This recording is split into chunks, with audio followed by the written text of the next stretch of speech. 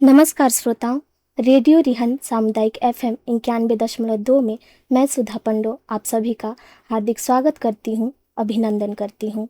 आज मैं लेकर आ गई हूँ एक विशेष कार्यक्रम, बातचीत। आज हमारे बीच एक ऐसे व्यक्ति मौजूद हैं जो 30 वर्षों से लगातार जन सेवा के क्षेत्र में कई उत्कृष्ट कार्य किए हैं, जो सरगुजा ज्ञानोदय एसोसिएशन के अध्यक्ष हैं।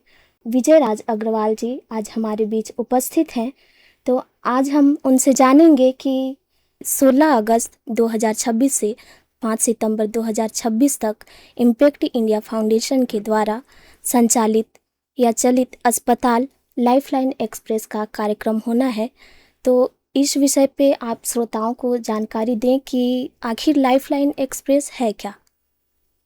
लाइफलाइन एक्सप्रेस का जो संचालन है वो एक अंतर्राष्ट्रीय संस्था है, इम्पैक्ट इंडिया फाउंडेशन, जी सर। जो कि भारत के कोने कोने में जा जाकर एक चलित चिकित्सालय के रूप में सेवा प्रदान करती है। और इसी तारतम्य में विश्रामपुर में जो लाइफलाइन एक्सप्रेस आई है, इसके पहले 255 बार इस तरह के आयोजन भारत के विभिन्न कोनों में हो चुके हैं।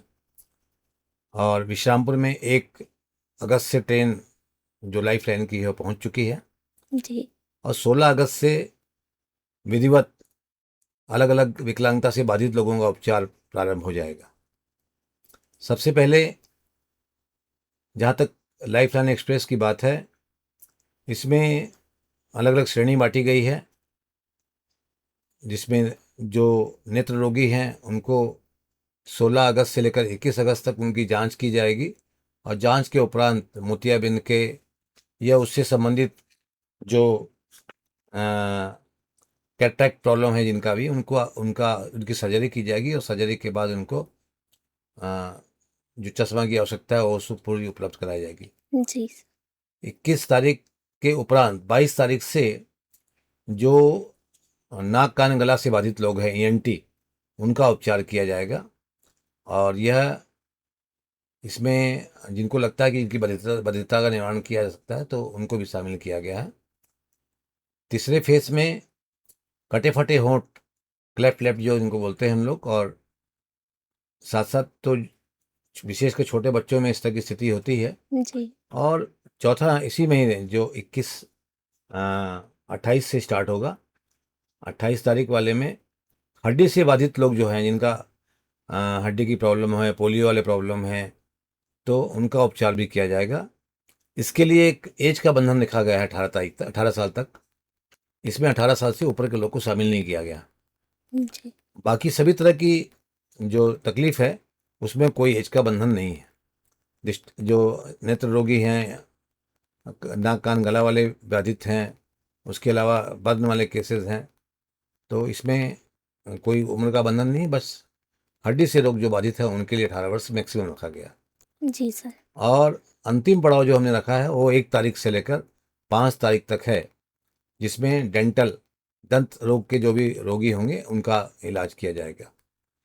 अब मैं बताना चाहूँगा कि ये सारे कार्यक्रम तो होने ही हैं, लेकिन पहले पड़ाव में जो 16 तारीख को हम प्रारंभ करेंगे, तो उसमें नेत्र रोगी के साथ साथ स्त्री रोग की समस्या का निदान करने के लिए भी स्तन और गर्भाशय कैंसर की जांच और स्क्रीनिंग भी की जाएगी। इससे संबंधित भी जो लोग हैं वो 16 तारीख से 21 तारीख के बीच में विश्रामपुर के रेलवे स्टेशन नंबर 2 प्लेटफॉर्म पे आ सकते हैं।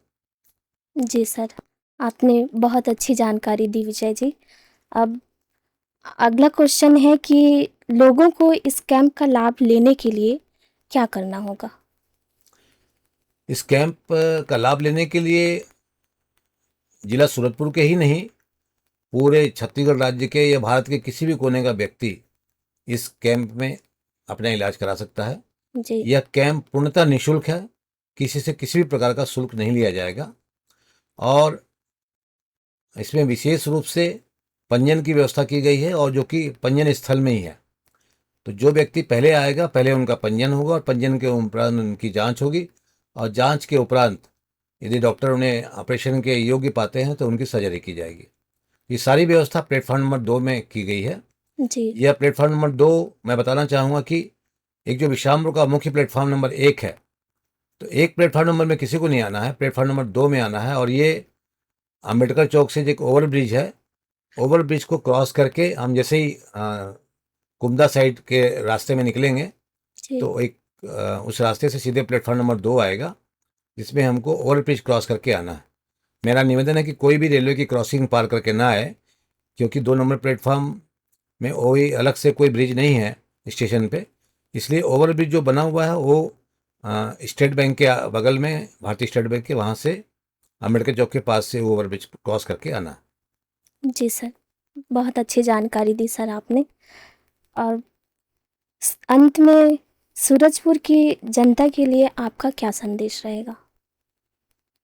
सूरजपुर की जनता का विषय नहीं है, ये तो पूरे देश की जनता का विषय है, क्योंकि यह जी जो कार्यक्रम है इसमें देश के हर नागरिक को लाभ मिलेगा।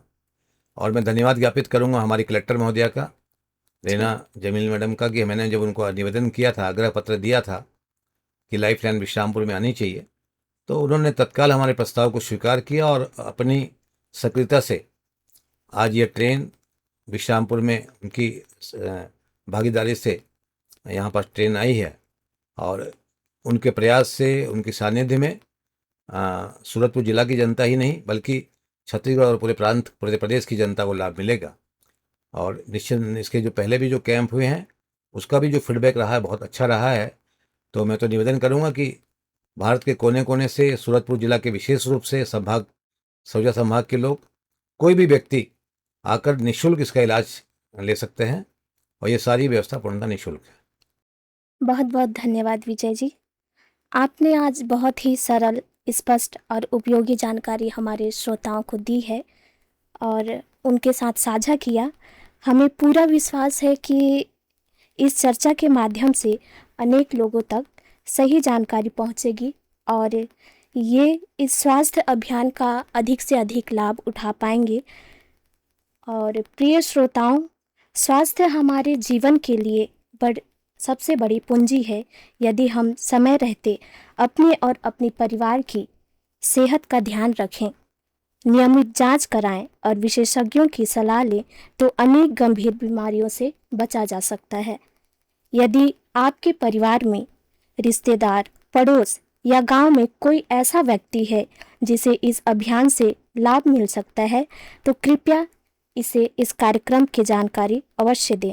हो सकता है आपकी एक छोटी सी सूचना किसी के जीवन में नई उम्मीद और नई मुस्कान दे सकती है।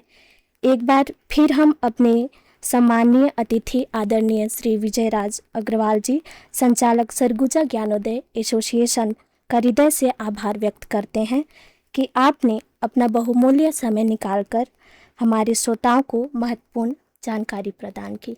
मैं धन्यवाद ज्ञापित करूंगा रेडियो रिहंद की कि आपने मुझे इस साक्षात्कार के लिए मुझे शामिल किया।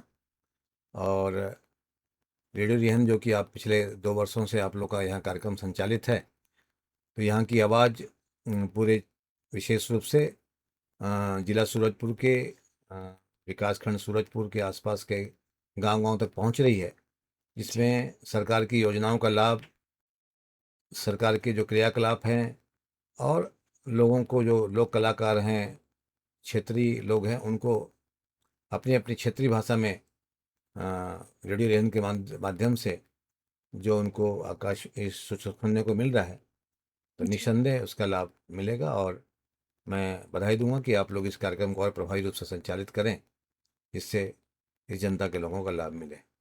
धन्यवाद विजय जी। इसी शुभकामना के साथ मुझे आपकी अपनी आरजे सुधा पंडो को अनुमति दीजिए।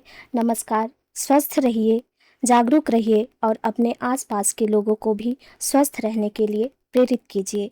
फिर मिलेंगे कार्यक्रम बातचीत के अगले अंक में एक नए विषय, एक नए अतिथि और नई जानकारी के साथ। तब तक के लिए धन्यवाद। नमस्कार।